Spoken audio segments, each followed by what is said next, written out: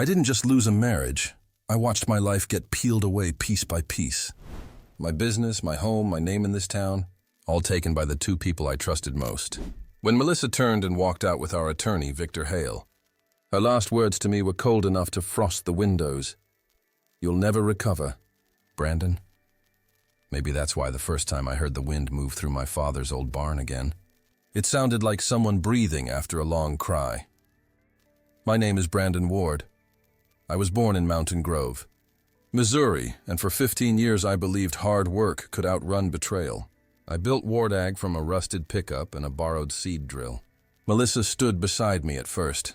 Sales calls at our kitchen table, ledgers spread under a lamp with the frayed cord, her hair falling over numbers we couldn't afford to get wrong. Somewhere along the way, those numbers stopped being ours. I didn't see it. People like me rarely do. We check the fences, not the shadows. The day the papers came, Victor wore the same linen suit he wore to christen our first harvesters. He kept his voice steady and his eyes soft, like a doctor explaining a necessary surgery. "It's already filed," he said, as if mercy could be stapled to a petition. Melissa didn't look at me. She adjusted a bracelet and let silence play the villain. In a week, I was sleeping on a friend's sofa. By the end of the month, I was a guest in my own life. Folks in Mountain Grove still waved at me from porches, but there was a new caution in their eyes. The look people give a thunderhead they hope will pass. I drove out to my father's place when the bank notice reminded me what I no longer had. The gravel road remembered my tires. The white farmhouse had yellowed to the color of old teeth.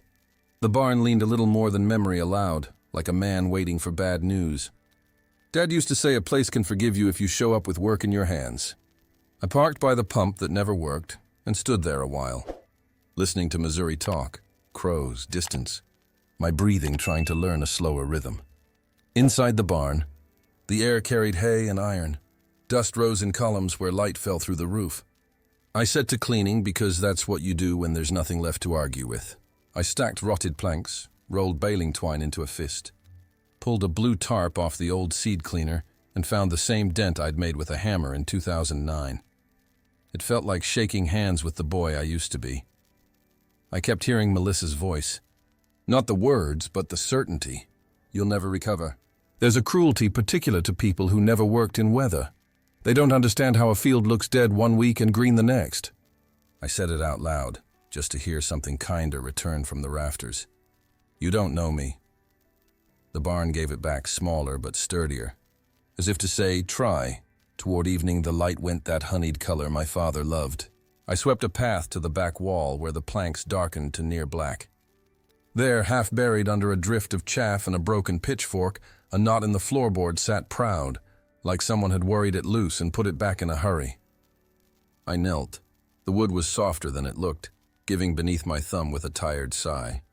I pried the board and lifted it, careful the way you open an old Bible. There was a hollow, no bigger than a bread pan, lined with burlap that had hardened into shape. Inside lay a small box of cedar, the kind my mother used to keep postcards in. The lid had swollen a little, and when I eased it, the smell rose up, clean, sharp, like the closet where Dad kept his Sunday coat. For a second, the barn wasn't empty. He was there in the way the lid resisted, in the neatness of the tucked corners, in the stubborn care of a man who knew he might not have time to explain himself later. On top, wrapped in twine, sat an envelope the color of old cream. The seal was unbroken. In the corner, faded but legible, a postal stamp read a year that didn't belong to this room, to this dust, to this man who'd been gone a decade. 30.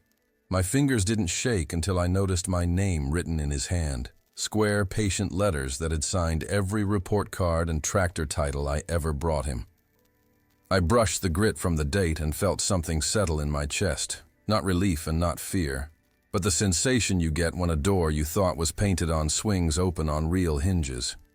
I sat back on my heels, the board across my lap like a plank someone had just ferried me over, and listened for the old house to make a sound. It didn't. Only the wind, only my breath, only that one impossible number looking up at me from another time, as if my father had waited here all along. The envelope felt heavier than its weight should have allowed, as if the air sealed inside had waited a decade to breathe. I sat at my father's old desk, the one carved from oak thick enough to survive anything but time, and ran my thumb over the edge of the paper. The wax seal cracked like a knuckle. Inside was a single folded sheet, yellowed but orderly, my father's handwriting, straight as furrows in spring soil. He never rushed a word. Even when anger burned behind his eyes, he wrote as if each letter had to be earned. If you're reading this, go to the North Silo. No greeting, no explanation. Just that. The sentence pulled at me the way his voice once had, quiet but absolute. The North Silo hadn't been used since before I left for college. Dad stored tools there for a while, then rats, then memories. I'd always thought of it as the loneliest building on the property, standing by itself like a forgotten promise. I flipped the letter, looking for more. Nothing but his signature, John Ward, and at the bottom corner, a faint smudge of ink shaped almost like a fingerprint. My father's fingerprint. That's when I noticed the stamp again, 2030. I ran my thumb over it. The ink was real, the postmark crisp. A letter supposedly mailed 10 years after he died. Either it was a cruel mistake, or my father had planned further ahead than anyone imagined. I tried to remember the last day I saw him alive. We'd argued about money. He wanted to keep the farm in family hands. I wanted to expand the business. I'd left angry. He died 3 days later. The guilt had softened with time, the way weather erodes stone. But seeing his handwriting pulled every regret back into shape. By nightfall, the house had turned cold. I lit the wood stove and read the line again. Go to the North Silo. I almost laughed. The North Silo? After everything, after losing Melissa, losing Ward Ag, losing him. What could possibly be there? But grief is a strange compass. It doesn't point north or south, only backward. And for the first time in years, I wanted to follow. I grabbed a flashlight, the same one that had lived in Dad's truck glove box since 1998. The batteries still worked. The beam cut a thin path through the dark yard, across weeds and gravel that remembered better boots. The wind had picked up, whispering around the edges of the barn, and the moon hung low, more pewter than silver. The North Silo stood like a sentry on the far edge of the property, a cylinder of rust and silence. The ladder groaned when I touched it, every rung echoing the sound of my father's hammer somewhere deep in memory. The door at the base resisted, swollen with age, until the hinges sighed and let me in. Inside, the air was colder, thicker. Dust drifted through the flashlight beam like slow snow. The floor was poured concrete, solid, unyielding. But something felt wrong. The center of the room had a circle of darker color, as if moisture had once gathered there. I knelt and tapped the concrete with the handle of a wrench. Hollow. My pulse began to climb. I scraped away the loose grit with my boots, then fetched a crowbar from a rack near the wall. The first strike rang like metal on bone.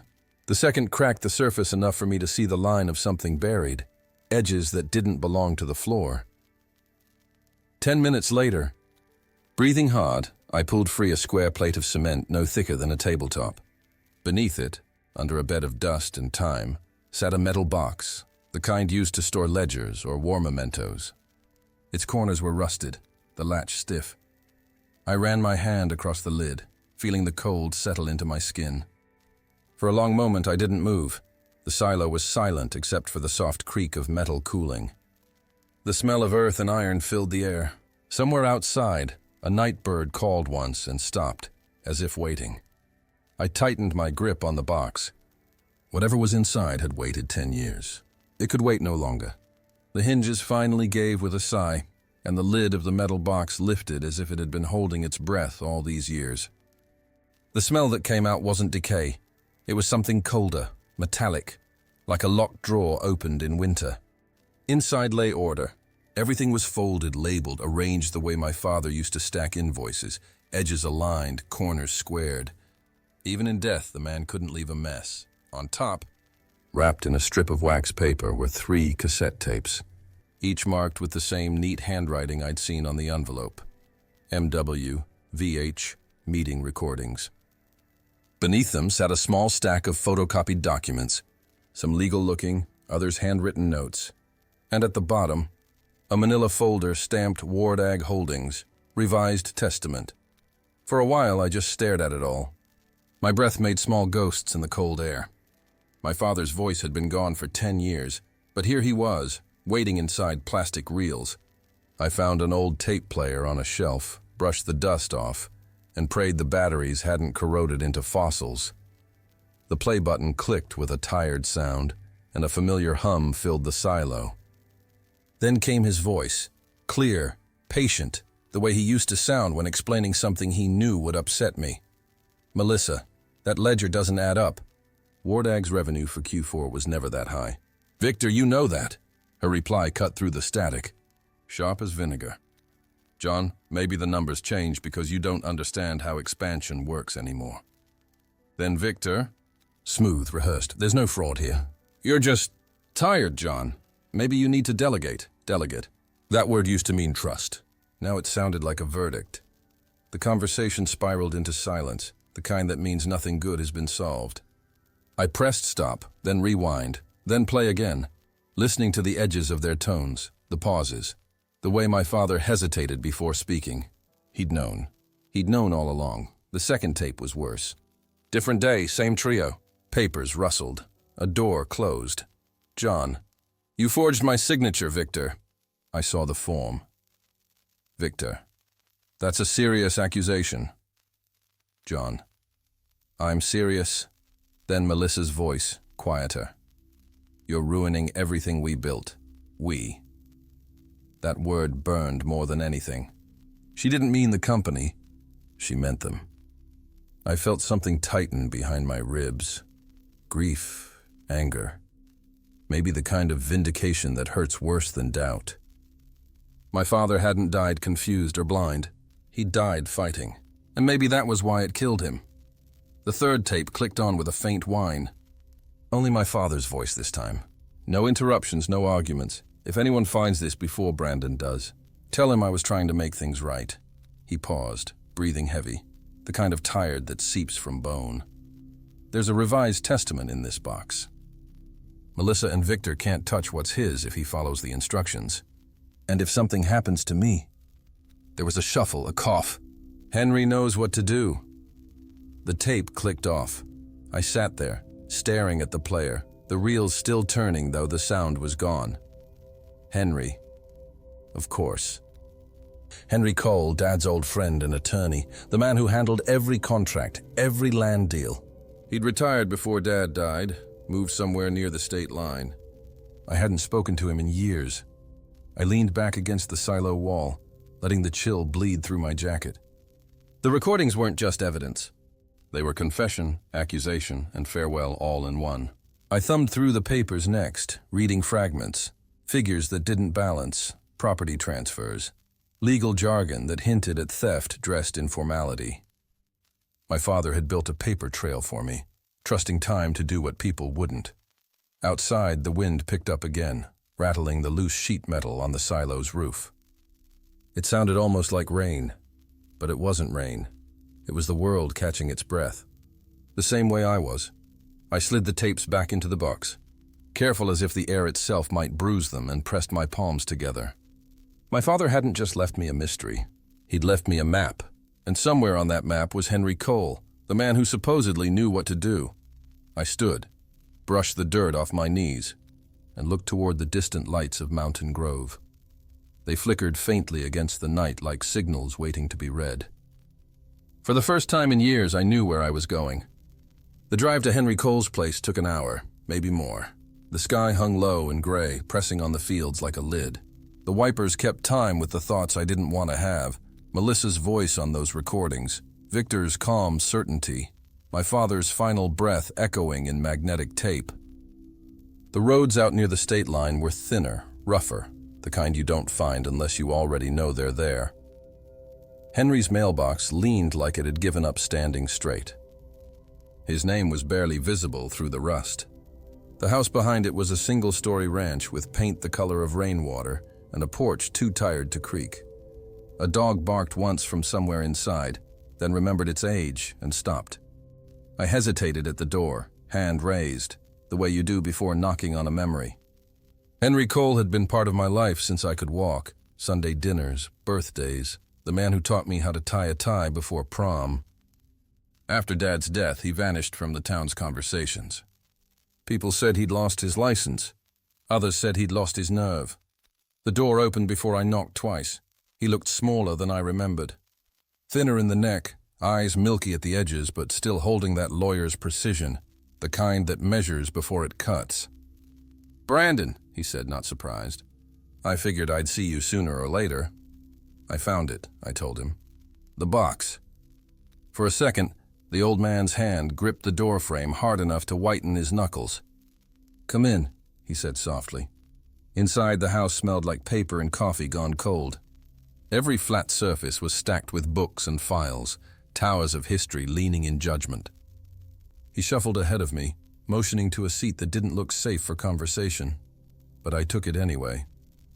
"I was supposed to bring you something after your father passed," Henry began.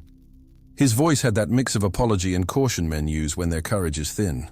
"But things got complicated." "Complicated?" I said. He nodded toward a stack of yellowing newspapers. One headline read, "Local attorney under investigation for ethics violation." Beneath it, a photo of him 10 years younger, looking cornered. "Victor Hale," he continued. "He came to me 2 days after your father's funeral. Said there were inconsistencies in John's files, that the state bar might want a word. He wasn't bluffing. He had people, connections. He told me if I ever mentioned a revised testament or any letter, he'd bury me alive in hearings until I forgot my own name." I felt heat rise in my throat. "So you didn't tell me? You just let it rot?" Henry met my eyes, unflinching. "If I'd gone to you then, son, you'd be the one buried." "You had no proof, and they'd have painted me as senile. I thought I could wait them out, but waiting turned into hiding." He coughed, a sound that didn't finish right. "That date, 2030, was your father's idea. He said if anyone found the letter before it was time, they'd think it was some bureaucratic error, something harmless. He called it his insurance against the impatient." "Insurance?" I repeated. "Your father knew how men like Victor think. They rush, they grab. He planned for that." I sat back, letting it sink in. The foresight, the paranoia, maybe both. Outside, a branch scraped the window like an impatient finger. "I listened to the tapes," I said quietly. "He said if something happened to him, you'd know what to do." Henry's face tightened. He stood, moving toward a filing cabinet half hidden under old blueprints. He unlocked the top drawer with a key from around his neck and pulled out a small black flash drive, the plastic worn smooth. "I kept this separate," he said. "Didn't trust paper. Didn't trust myself either." He held it out, but didn't let go when I reached for it. His hand trembled, not from age, but from something that had lived too long inside him. Fear. "Maybe guilt. This one," he said, voice thin as thread, "is the reason he died." The drive dropped into my palm like a verdict, cold and certain. For a long time, neither of us spoke. The old lawyer stared at the floor. I stared at the small piece of plastic that had waited a decade to tell its truth. Somewhere between us, the silence filled with everything my father hadn't lived to say. The night I brought the flash drive home, the wind had already started pacing the ridge behind the house. It whistled through the broken panes like someone whispering to be let in. I set the drive on my father's desk, the same one that had held the letter, and waited for the computer to wake up. The old machine hummed to life, its fan coughing like a smoker. For a second, I almost expected it to reject the thing, to spit it out like poison. But the screen blinked, and there it was. Folder, Ward Confidential. Inside were 6 files. 3 labeled audio transcripts, 2 marked contracts, and 1 simply named statement. I opened the statement first. My father's words filled the screen, typed cleanly, like he knew someone else might need to read them one day. "If you're reading this, son, I need you to know the truth isn't buried. It's waiting. Victor's been falsifying contracts. Melissa helped him. They're moving money through shell accounts tied to the company's name. I've already contacted Henry, but if I don't make it to next week's hearing, trust only what's in this file." The cursor blinked after his signature. John Ward. For a moment, I forgot how to breathe. The words weren't revelation, they were confirmation. My father had died because he'd tried to pull weeds growing under his own roof, and now his son was holding the proof, I played one of the recordings next. It was different from the others, quieter, recorded late, probably in this same room. I could hear the creak of the chair, the faint hum of the fridge in the background. "I'm not afraid to die," Dad's voice said softly. "I'm afraid to leave things half done. Pain cleans more than time ever could." I stopped the playback. That line stayed in the air like smoke. Pain cleans more than time ever could. The wind pushed through the open window and lifted a few loose papers off the desk. One fluttered across the room and caught against something heavy, a book. I stood and saw what it was, the old family Bible. Its leather cover had cracked from years of heat and disuse. I hadn't opened it since his funeral. I sat down and pulled it closer. The edges were frayed, the pages uneven, brittle as dried leaves. Inside the front cover, written in pencil, barely visible beneath the grime, were 4 characters, 2030, pain cleansers. My heart started to hammer. I flipped through until I reached Proverbs 20:30. The verse was underlined twice in his careful hand. "The blueness of a wound cleanseth away evil, so do stripes the inward parts of the belly." Proverbs 20:30, KJV. I read it aloud, my voice rough but steady. The words filled the room, meeting the sound of the wind. For the first time, 2030 made sense. It wasn't a date, it was a message. A cipher written in faith and pain. My father hadn't meant for me to wait 10 years. He'd meant for me to understand that truth requires scars. That wounds don't just hurt, they reveal. I closed the Bible and pressed my thumb over his pencil mark, tracing the faint groove where the lead had pressed too hard. He'd written it, knowing he might never say it aloud. I wondered if he believed I'd ever find it. Something shifted inside me. Not anger this time, not even grief. Just clarity, the kind that comes when everything false finally burns away. I copied the files from the drive, backed them up twice, and locked the originals in a drawer. For the first time since the day Melissa walked out, I knew what I had to do. This wasn't revenge. It was restoration. The house was dark except for the glow of the screen. Outside, thunder rolled low, heavy as an unspoken truth. I shut down the computer, feeling the weight of every breath, every decision, every ghost still alive in these walls. The phone buzzed on the desk.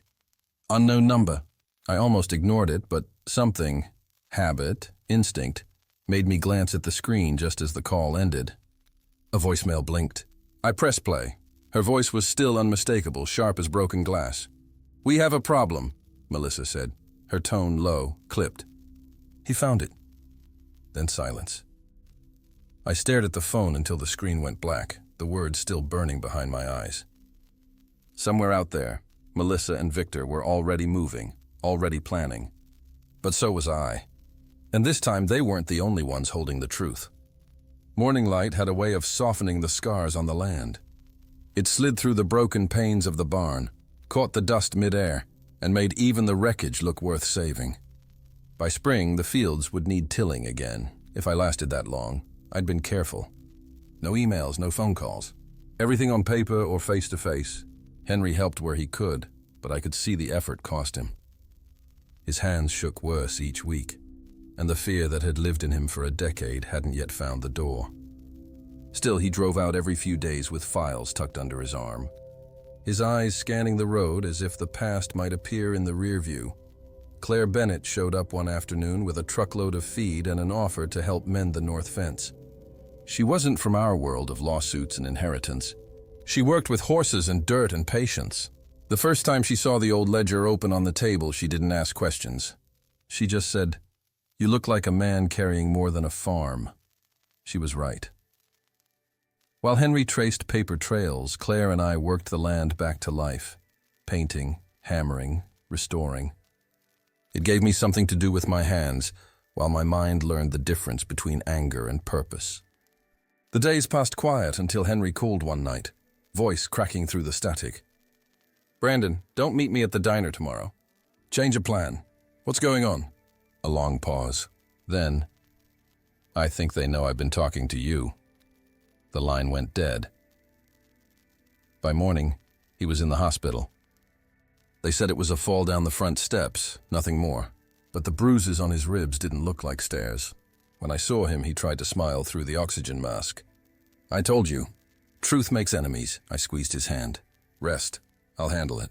Back at the farm, I set up the camera. The idea wasn't to broadcast it, not yet. It was insurance. My father had left a record. Now I would too. The red light blinked, steady as a heartbeat. "My name is Brandon Ward," I began. "If you're watching this, something's happened. 10 years ago, my father discovered fraud inside his company, committed by Victor Hale and Melissa Ward. He died before he could speak it aloud. I have his recordings, his files, and his words." I stopped, exhaled, and looked straight into the lens. Pain reveals truth. My father taught me that, and I've learned the same lesson he did. Some things you can't kill without killing yourself. When the recording ended, I saved the file to 3 drives, hid one in the Bible beside Proverbs 20:30, and sent another to a lawyer in Springfield. I didn't trust the system, but I trusted witnesses. Outside, the clouds rolled in heavy and green, the kind that warned of storms before the forecast did. Claire came by that evening with supper and a look that told me she'd heard about Henry. I told her everything, how Victor had been erasing digital traces, how Melissa was trying to buy silence from former employees. She didn't flinch. "Then don't give them silence," she said. We were locking the barn when headlights swept across the yard. A black sedan rolled to a stop by the porch. My pulse steadied, not fear this time, just recognition. Victor Hale stepped out, suit pressed, smile polite enough to pass for peace. "You've been busy," he said, eyes sweeping the property. "Can we talk?" I leaned against the railing, arms crossed. "You drove a long way for small talk." He took a step closer, the charm thin around the edges. "There's no reason for this to go public. We can make an arrangement. Compensation, property, whatever you want.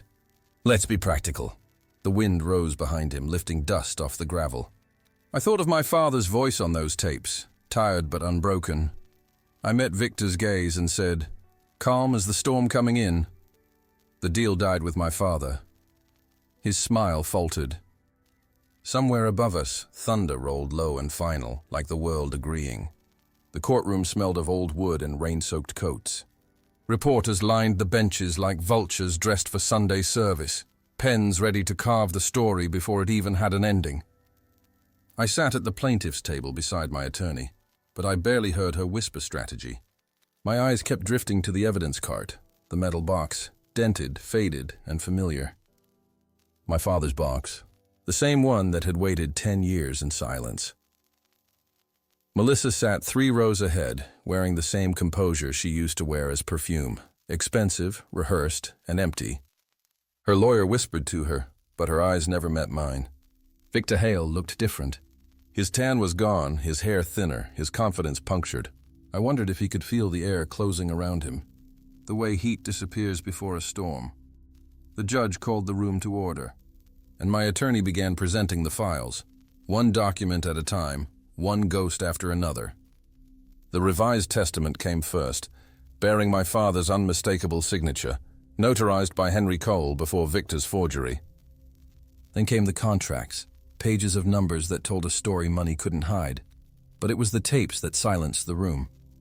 The bailiff rolled in an old player connected to a speaker, and as the first hiss of static filled the air, I saw Melissa stiffen. Then came his voice, my father's voice, steady, unhurried, aged by work, but unbroken by fear. "The truth doesn't vanish," he said. "It waits."